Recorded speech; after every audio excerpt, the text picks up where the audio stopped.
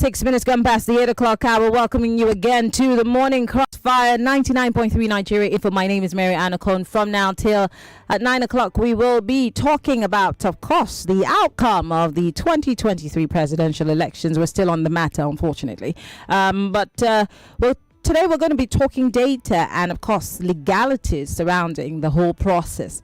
I'm being joined right now via telephone by Barrister Monday Ubani. Also will be joined virtually by Adenike Aloba. She is the Programs Director of Data Fights, and both of them are going to be talking to us in a minute. Barrister Ubani, good morning, and thank you very much for joining us. My pleasure for having me. Great. Barrister Ubani, I'll start with you before our data lady joins us.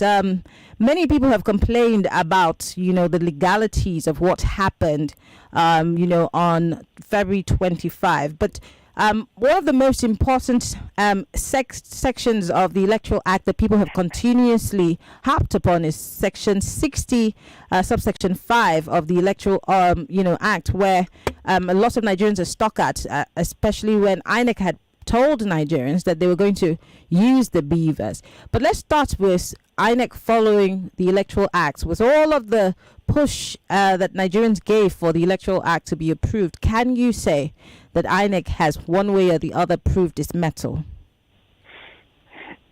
Never. You never did.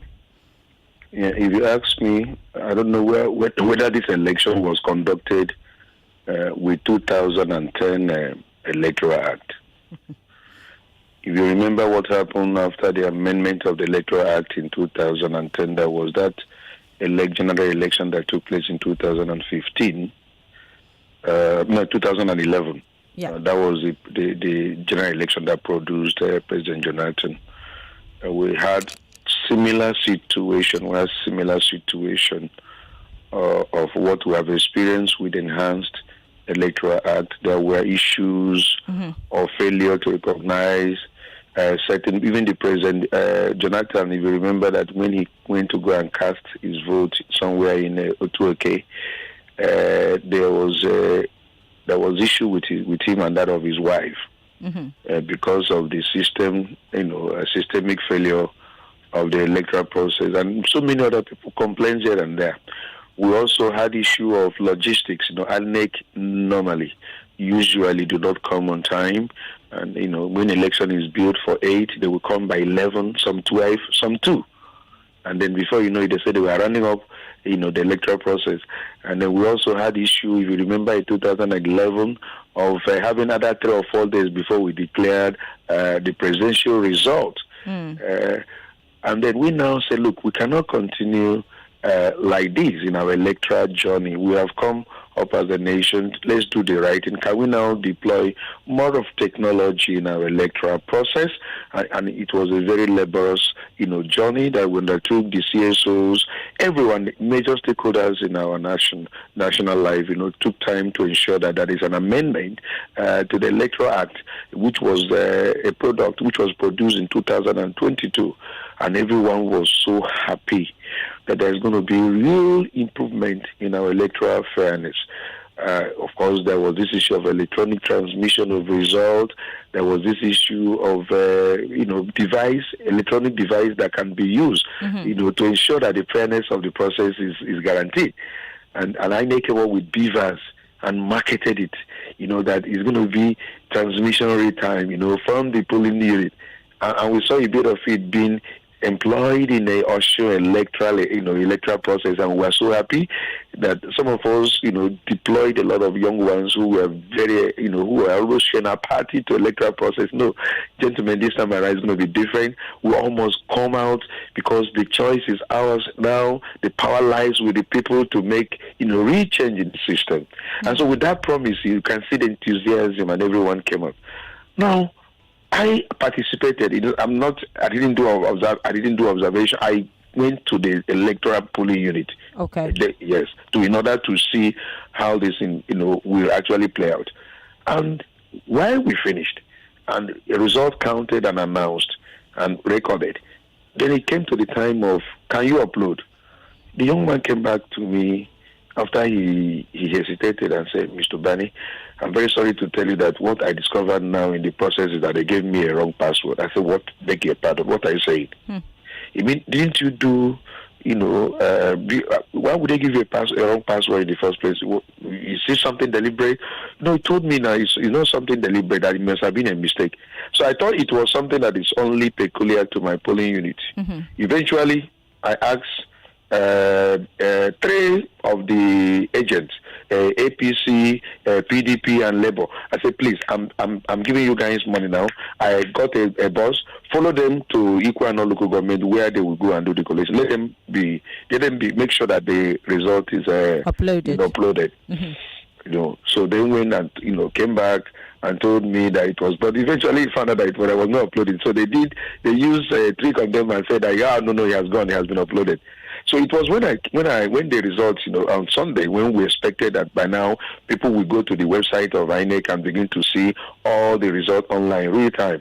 We discovered, that it was a general situation that across the country, all over, that either they complained they were giving wrong password, or they were complaining that there was network issue. One excuse or the other. Yeah. Well, they came up to own up and yes, they did not allow uploading because there was an attempt to hack there. Manner of silly excuses. I became worried. Immediately I posted on my Facebook and said, I hope INEC will not mess up this great opportunity that has been given to them.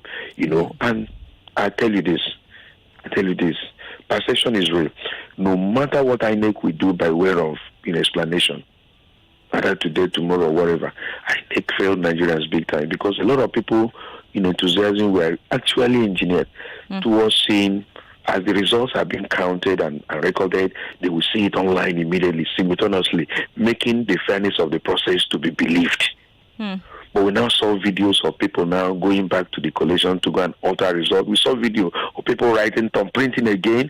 So meaning we have gone back to 2010 Act, because that is actually what happened in 2010. When we now saw that use beavers, we're not supposed to be seeing thumb printing again. People sitting in one place, in one room, and start thumb printing.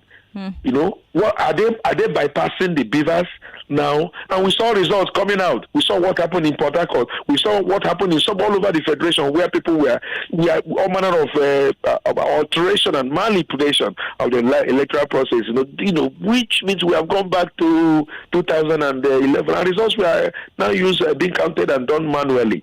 Different from the electronic, thing that all of us. And of course, you had the Senate president saying there was no provision. Imagine if Senate president said that there was no provision in the Act for electronic transmission. What were the debate about the issue of network or non-network? If you remember vividly, we all went forward and backwards, on issue of electronic transmission. Virtually, the majority of the people had their way in ensuring that particular transmission was inserted into the Act. But the Senate president now was bold enough, because to justify all manner of things that have happened this electoral process, to now lie to the entire nation that there was no such provision in the Act. So my view and my the summary of my statement is that INEC failed Nigerians big time.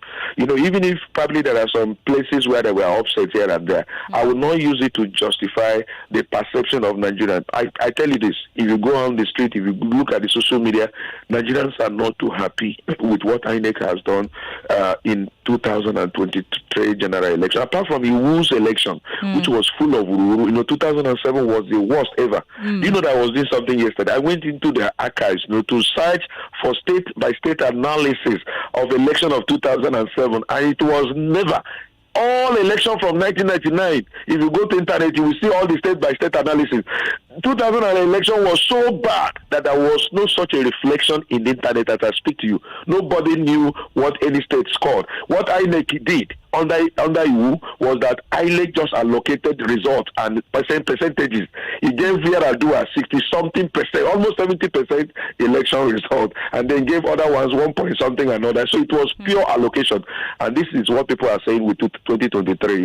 Even though there is some level of, you can't compare it to 2007, but this one really fell short of the implementation of the process we went through in having a new law.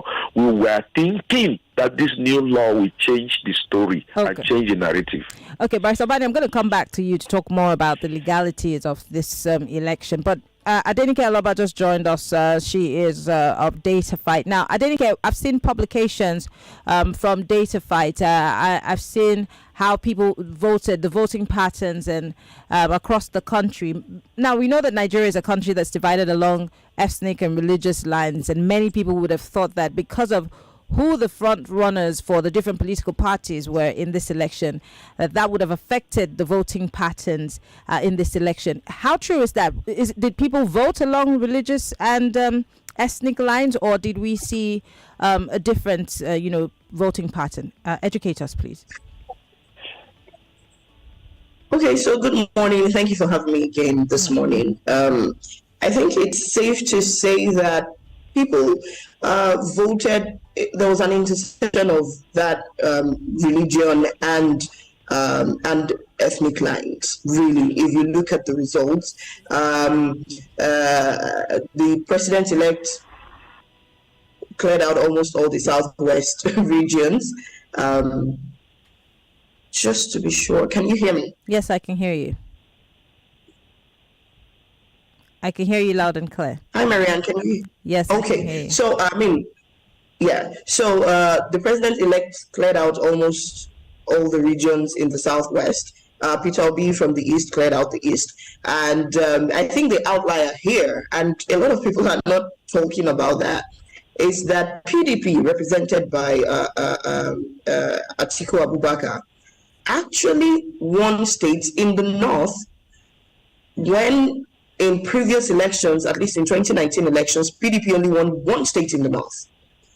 Again, what was apparent is the north will vote. What it looks like is that the north would vote for a northerner, and we saw that play out in these elections. We saw it play out with Peter Obi of Labour Party clearing out the southeast. So yes, we don't want it to look like that. You will think from all the noise, around this election, especially around, the thought force, and we're no longer paying attention to these things. But what it looks like is that, yes, Nigerians still voted the way they've always voted. And if you take that conversation and layer it over voter turnout, you see why this is playing out again. Voter turnout in this election is the lowest in the history of Nigeria. Voter turnout was 27.05%. Wow. In 2019, voter turnout was 34.75%. Now, as I waited, just to come up on the program, I started comparing the data 2019, 2023, 2015 to see which states spiked. Were there states that, in this election, maybe some new people voted that we may think, oh, maybe this. But the reality is that almost across all states, voter turnout was lower. Wow. This is what it says to me. Adenike, are you still there? Oh, I think that we've lost Nika's connection. Adenike, can you hear me? I'm waiting for us to be able to get. Okay, I think you're back. We lost you for a second, Adenike. You were trying to tell us why you think the voter turnout for 2023, an election year that had many people traveling from outside the country to participate in the election, an election year that saw new and young voters getting a high percentage. I mean, with all of the hype, whether it be for PDP, APC, and Labour Party, you're telling me that this particular election cycle had a very, very low turnout. What is responsible for that? Very low turnout. What it looks like is that the same people who have voted before, it looks like they were just the ones who are voting again. And what that means is that if Nigeria had historically voted along regional and religious lines, if the same set of people are the ones coming out to vote, then that's exactly what happened again. So a lot of the pain, a lot of the, well justified. If you have campaigned for a candidate, or you've done a lot of work to I know how much work was put into people getting their PVCs, but here is what the data says. In fact, this data, this 27.05%, is voter turnout when you're calculating by the percentage of accredited voters. If you calculate by the percentage of people who actually cast their vote on election day, it's lower. It's way lower. So for me, the big question, since yesterday that I've been grappling with this data is, what do we need to do to get Nigerians to move from audio change makers to actually get I'm so sorry. out and casting the vote? Lagos is one of the places that, we had a lot of participation. Yeah. So Lagos was a place where we had a lot of participation, but voter turnout in Lagos increased by less than 2%. It was in 2019, voter turnout in Lagos was, let me confirm that number. In 2019, voter turnout in Lagos was 17.6. In 2023, voter turnout in Lagos was 18.92. Marginal. Very slim margin. I'm still just as you, grappling with to understand why this is happening, because you also made a statement that I want to probe a bit. You talked about the fact that if you marry the number of people that had been accredited and the number of people that voted, it's totally different. But in this election, we had accreditation and voting happen simultaneously. So what could have gone wrong? The simple answer to this question is people did not come out to vote. That's it. That's even though we saw a lot of, I'm staying here until 12, I'm staying here until, I'm going to make sure I cast my vote. And I was expecting to see record numbers of voter turnout. But the simple answer to this question, Maryann, is people didn't come out to vote. Which for me takes me back to something that I've been clear on this. I always think, if we do not take all of this passion and all of this interest, if we do not get back to the grassroots to change something from bottom up, I worry what we'll be talking about in 2027 when it's time for another election cycle. Because obviously, all of that noise translated to 27.06% voter turnout. Quickly, Barrister Ubani, let me come to you, because I remember my polling unit, I could count the people on the line. They were not up to 10. And I was the last person, and I voted in less than 5 minutes, just as I said. So my polling unit, and I interviewed the guys at the polling unit, and they said the voter turnout was really low. They expected to see more people, but So Barrister Ubani, I tossed the same question to you. If we had this low turnout and still had the hiccups that we were experiencing with INEC, and INEC talking about the system being overloaded, etc., how much more if we all came out to vote en masse as we promised ourselves that we would? And just as Adenike said, the audio commitment as opposed to coming out in person. If we really are fighting for good governance and a democracy, what will it take for the average Nigerian to get involved in the process? And quickly, the fact that people are saying to me today, I'm never coming out to vote because I was disenfranchised. Is this not going to reduce further the number of people who come out to vote? I think from now onwards, we need to study INEC. Let's leave even the electorate, and look at that institution. One, I think INEC is loading these figures of people who they allegedly registered for election, all in a bid to get millions or billions out of the system. How so? We need to interrogate the figures that INEC generate as those who registered in the light of what has happened. Then secondly, we also need to interrogate INEC with regards to registration of voters. You and I know that many persons were claiming that INEC did not give them their PVC. More talk, news and sports after this. Can you send your child to a public primary school in Lagos? To answer that question, please listen to this. In 2019, Governor Sanwo-Olu introduced EcoExcel, Excellence in Child Education and Learning, for public primary schools as a new system of learning and teaching, absolutely free of learning fees. Teachers have been retrained to use technology to teach pupils in their classrooms, and these are the results. An average primary 3 pupil is now reading at the same level as an average primary 5 pupil just before the launch of EcoExcel. In the just concluded National Common Entrance Examination, the top public primary school pupils scored 198, just 3 points behind the national best of 201. Out of 210. The EcoExcel program was also recently crowned as the most innovative digital learning platform of the year, justifying Lagos State's investment in education. You too can be proud of your children by enrolling them in Lagos State public primary schools today for the new academic session. There is a huge difference between the relative experience of salary earners and those of business owners and entrepreneurs. Someone who has never had cause to set up a business of his, who has never had cause to source for funds, turn it around, pay salaries, pay back the loan, and still make profit cannot be expected to be hands-on when saddled with an economy the size of Lagos. Experience that hasn't curbed Lagos's traffic in 24 years of their reign. Experience that hasn't addressed Lagos's 2 million out of the duo of Jando and Funke have been investing in Lagos's economy for about 2 decades, running their personal businesses, employing people with track records of success. Lagos needs a breath of fresh air.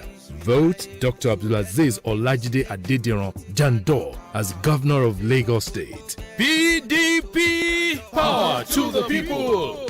Everyone is at the table for lunch. Mom is bringing in the jollof rice. And then... Hey! John! Sorry, Mom. Hello? Can I order some jollof rice to be delivered?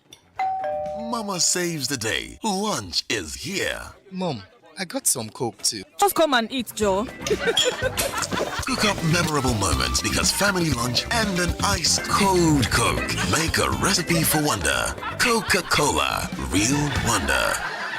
Babe, you've barely eaten anything. What's wrong? I'm trying to be careful because I'm not sure of the facilities here. Oh, I understand. But don't worry. Ernest is your guy. Ernest? Who's Ernest? Ernest Liver Salt is your ultimate run-to product that gives fast and effective relief from heartburn, constipation, and indigestion. It dissolves fast and works even faster. It comes in delicious orange, lemon, and plain flavors. In that case, waiter!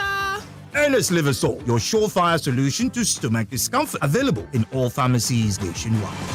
There is a huge difference between the relative experience of salary earners and those of business owners and entrepreneurs. Someone who has never had cause to set up a business of his, who has never had cause to source for funds, turn it around, pay salaries, pay back the loan, and still make profit cannot be expected to be hands-on when saddled with an economy the size of Lagos. Experience that hasn't curbed Lagos's traffic in 24 years of their reign. Experience that hasn't addressed Lagos's perennial flood.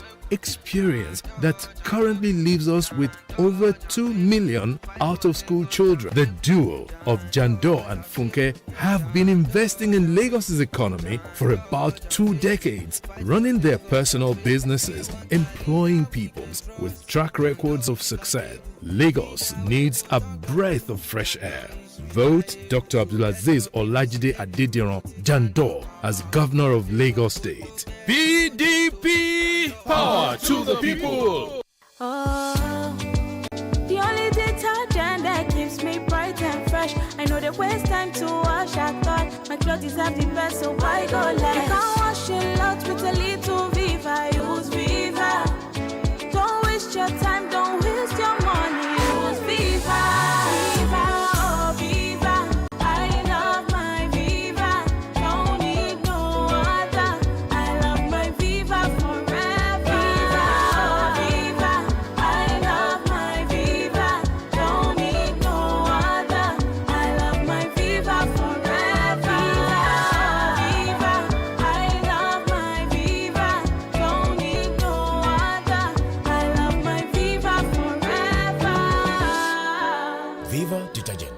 Quality cleaning powder from Aspira.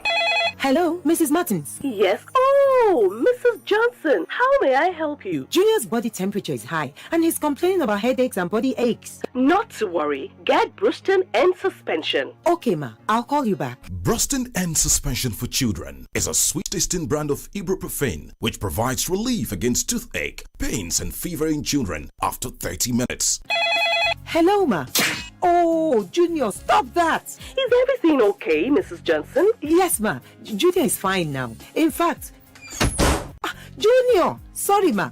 I'll call you back. Brustin and Suspension for Children. Always take the product after meal. If symptoms persist after 2 days, consult your doctor. A quality product from Rambaxay. There is a huge difference between the relative experience of salary earners and those of business owners and entrepreneurs. Someone who has never had cause to set up a business of his, who has never had cause to source for funds, turn it around, pay salaries, pay back the loan, and still make profit cannot be expected to be hands-on when saddled with an economy the size of Lagos. Experience that hasn't curbed Lagos's traffic in 24 years of their reign. Experience that hasn't addressed Lagos's perennial flood. Experience that currently leaves us with over 2 million out-of-school children. The duo of Jando and Funke have been investing in Lagos's economy for about 2 decades, running their personal businesses, employing peoples with track records of success.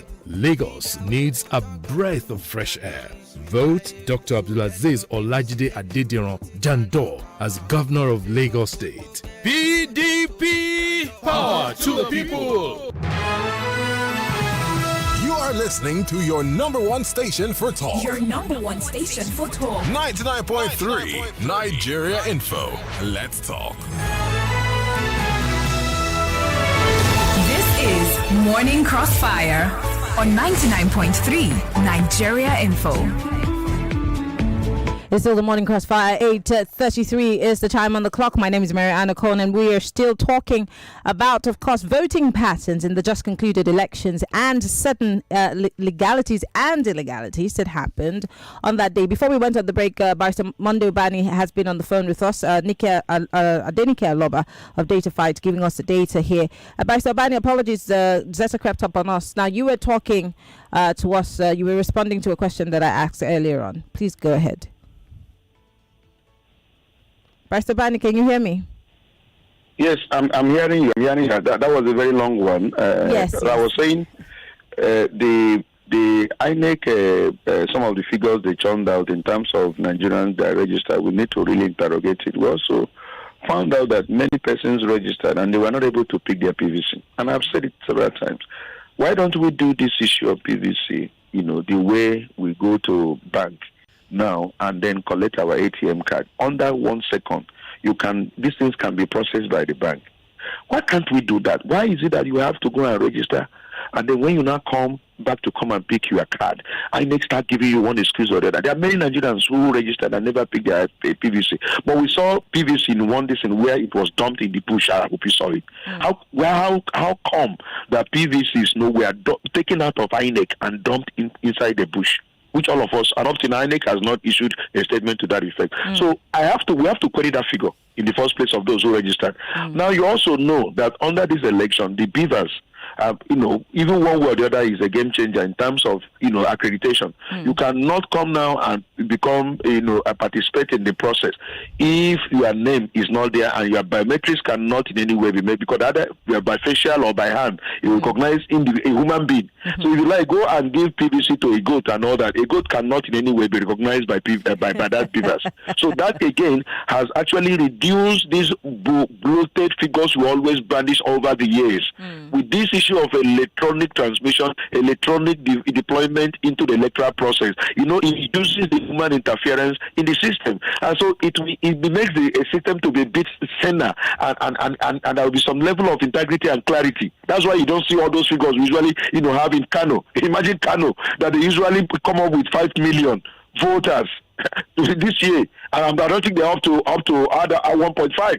Of course, Lagos, we have 5 million Nigerians who are living in Lagos. You can see how many that actually, the total turnout of those who actually voted and others. So what I'm saying is that we must interrogate the integrity of those figures, because I understand that for every voter, INEC claims some certain amount of money per person, and so they will come out with all those figures in order to, and at the end they boggle the entire thing. Over 400 billion was spent for this electoral, jamboree we have been, which would have used to develop our basic infrastructure. But the entire process, turned out to what it is. But what I want to say is that Nigerians must not lose hope at all. We have made some level of movement in terms of inches. We have made some level of movement in terms of inches. They were very good, with the National Assembly election. You see what happened with the National, because I understand that there was other uploading on those ones. But why they were not interested in uploading that of the presidential, I don't know why. That now made it now that people begin to doubt the fairness of the process. I understand that some of the political parties now who are in the opposition have all their, physical election result. That most of them were tampered with at the end of the day, and certain things that were uploaded later on was not what was actually a reflection of the polling unit result. So these things will come out even as the days go by, so that we can be able to know what we should do as a nation to correct this kind of error that INEC has actually put us into. Okay. Adenike, back to you. Before the final announcement of the winner, we saw the slow snail speed of collation of results. It took us more than 48 hours to, get the results in. And INEC has been tagged all kinds of names. INEC has been called a fraud. They've been called complicit. We saw political parties asking for the head of the INEC chairman, etc., etc. And the likes of Yaga Africa has also said that INEC needs to go back to investigate some of these claims, especially for Imo State and some other places. I remember somebody calling from Imo State and saying that he was at his polling unit till evening. There was no election, no electoral material, absolutely nothing. They went to the RAC center, nobody was there. But then on going to the IREF, they saw results from their polling units. So how can we say that these elections were free, fair, and credible? And how can INEC be able to hold his head? Or, what they say, Caesar's wife is above suspicion. Can we actually categorize INEC in that regard? I think that free, fair, and credible are probably not the adjectives we will use to describe these elections. Not because we're seeing things we've not seen before, but because INEC promised better. Okay. And they could not deliver better. And so for me, I said INEC just made themselves a scapegoat. Ordinarily, if all things had worked well, it would have been clear which political party was doing what. It would have been easier to see, to be able to put blame where it should be, to be able to say prosecute that person. Now everybody is saying INEC, prosecute yourselves because you guys messed up. I mean, I think it was on your show that I can't recall, but he was calling in from Rivers and he was saying that if INEC wants us to trust them, then produce the guys in this polling unit who messed up, produce the people in these places who didn't do the right thing. Show us a transparent process of why did you show up at 2 p.m., why did you show up at 11 a.m., why didn't you show up at all, how come your ink finished? Come up and tell us this and this is the materials that was given to each polling unit in this area, this is what they got. Really, if they want to find a way somehow to give people some sense of closure around this election issue, the one thing I cannot say, understanding the dire straits that Nigeria is in, is that for the entire elections to be rerun. I honestly can't say that. It costs too much. Yeah. It costs too much for us to say, take 305 billion, throw it away and start all over again. It just costs too much for us to say that. But INEC has to show us some transparency in how they're handling all these complaints and all these, challenges to the results that they presented. Quickly, in 1 minute, because I want to go back to Barrister Ubani and take a few calls. Why do you think that INEC has refused to address any of these issues? I mean, even before the coalition started, because we saw what happened at the National Coalition Center where there was a walkout. Why do you think that they have outrightly not, addressed these issues and told us to go to court as opposed to, invoking the powers that the Electoral Act has given to them? So again, there is, and this is the law, so nobody should beat me up for this. It is within their discretion to determine this is something to pause over and go back, and it's within their discretion to use those powers. And really, yes, it's obvious to us that, hey, you could have paused. Some of these things were legitimate. You could have paused and said, but at the end of the day, it is within their discretion to say, well, I think this is something worth pausing this over. Or I think, no, everybody go to court right now. So I think that if we really want to follow through, is to actually take up that challenge and go to court. I know our judicial system is what it is. I know, but we need to have follow through. So the other option is what? Fold our hands and say, well, it's what's done is done. That's the other option. So, I mean, we can't, because we're not in the INEC chairman's head, we can't say what made you decide. He can choose to be transparent and say, yes, I know that the Electoral Act says this and this and this, but, having examined so and so, having listened to maybe the State Collation Center, chairman or something, having listened to them, I determined that this wasn't something to. He can be transparent with his explanations, but I don't think people should give up and just fold their hands and say, and I'm not calling for protest or anything like that. I'm saying if you have a genuine reason, go to court. Okay. Let me go to Barrister Ubani. Barrister Ubani, this is your area. Now, in the news this morning, some of the paper headlines that I read out is obviously about the fact that Dati Ahmed is saying that they will, pursue this in court, and several other people are pushing, for the issue to be addressed in court. So petitions are being written right now. The opposition party appears to be set for a legal challenge, even though some people are saying it won't work. The Supreme Court has, the final saying in all of these petitions. So tell us, talk to us about the timeline of petitions against results, and when can they be filed in court after the announcement of the results. And there are many who have questioned, the legality. Let me not use the word legality. There are many people who have questioned if the courts can handle this and bring justice to the average voter, not just the political parties. This is your jurisdiction. What would you say? What if I decline jurisdiction? You can't. I may choose to be silent because anything I say may be used against me in evidence. Yeah. Now, let me say this. The truth of the matter is that at the most as possible as a nation, we should try to isolate the judiciary from deciding political issues. Our electoral process should be handled by the people. It should end at the polling unit where the mandate of the people should actually reflect in the results and then in the recruitment of leadership. We have been taking much of this thing outside the people, and most time we see sometimes they caught some assault. I'm delivering a paper in South Africa by the grace of God in June on the issue of involvement of judiciary in our electoral process in African continent. We have seen in some instances, where they get it right. We are also seen in some instances where the will of the people have been perverted.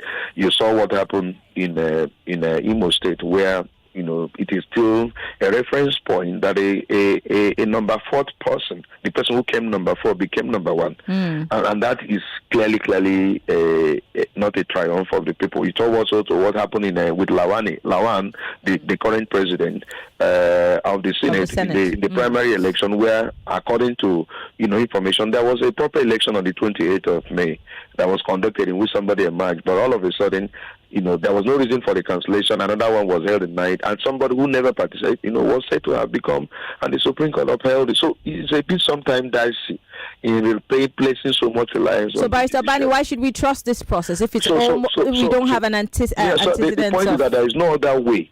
There's no other way. If INEC, as rightly pointed out, I have been given some level of reviewing the electoral process, now say, we're not going to review anything, let's hand it over entirely to the judiciary. And I think this is where the judiciary comes. I've said it openly, that the day Nigerian judiciary begin to do the right thing, I say it, 80% of Nigerians' problem, will be solved. Nobody will do anything in this country with impunity, whether at the criminal level or at the civil level, because that by the time the matter gets to the court and the judiciary is standing for the sake of justice, irrespective of pocket or status, I can assure you that everyone will buckle up. Everyone will mind his leg, knowing fully well that judiciary is there for upright thing. So I'm saying it may work It may work. It has happened in this country where we think that somebody has done it with impunity and have gotten away. Before you know it, the judiciary now said, no, you cannot. And they stood their ground.